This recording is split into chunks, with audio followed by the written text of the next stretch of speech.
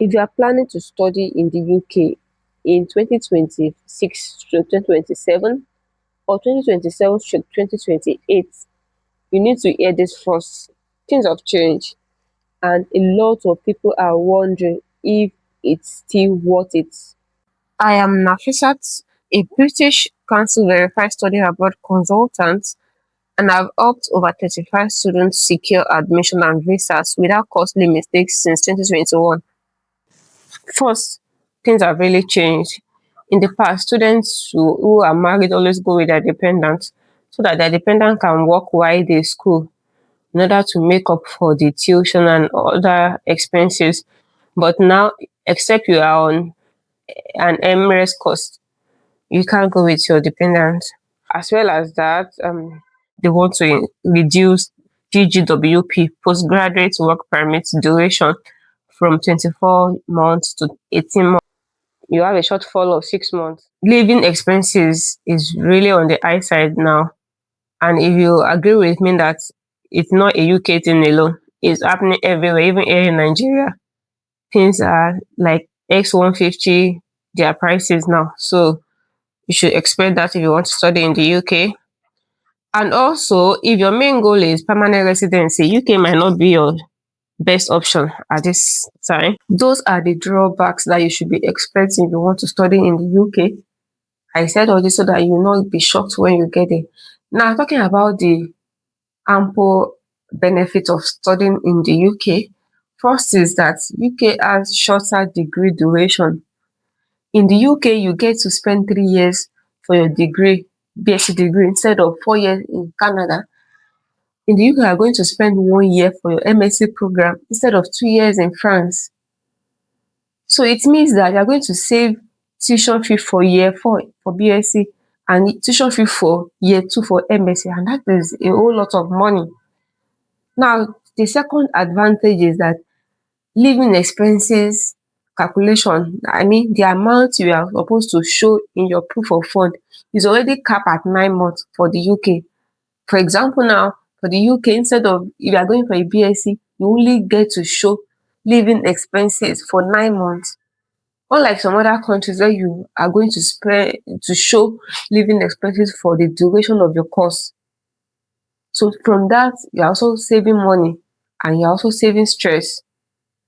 Speaking about the shorter degree duration, so one of the benefits to that is that you get to finish your degree program quickly and start earning.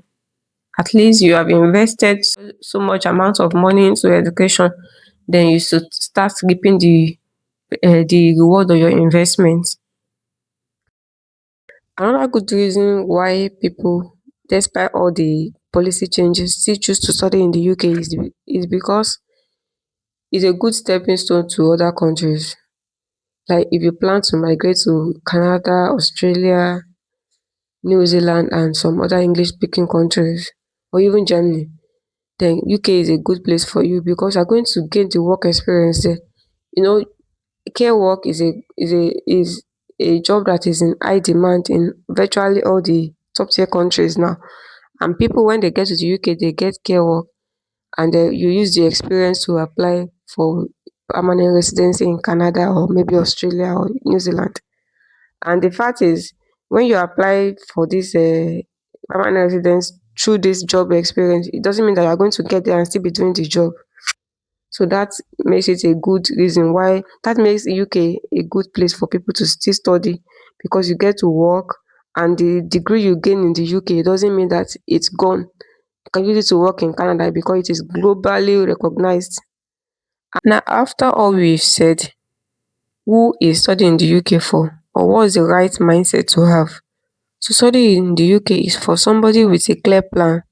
You already have a plan to migrate to other country, or you already have a plan that okay, I know that after my graduation I may not get the job that relates to what I study, so it may take me like 2 3 years. I'm ready to do the ones that are available, then I'm ready to build my career, even if it will take me 3 years 5 years to do that.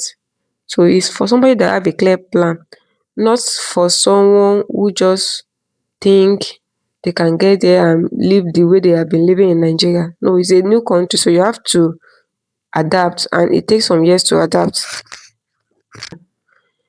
Then also it's for people who have the finance, sincerely, because it's not that cheap. So if you are planning to borrow money to study abroad, I won't advise that, and I won't even advise you choose the UK. Not sure if you don't have a direction or you don't have a proper plan. You're just trying to leave Nigeria. You may struggle, so think twice before you take the decision. Final message is the UK still worth it, but it is no longer something you do casually. You need a strategy, and that is why you need to consult a verified study abroad consultant so that together you're going to make a plan on how it's going to work, and you're going to visualize it so that you not get there and be surprised. I know a lot of people that they could not finish their degree program. They have to come back home. So don't be a victim of that. If you are considering the UK, you can send me a message.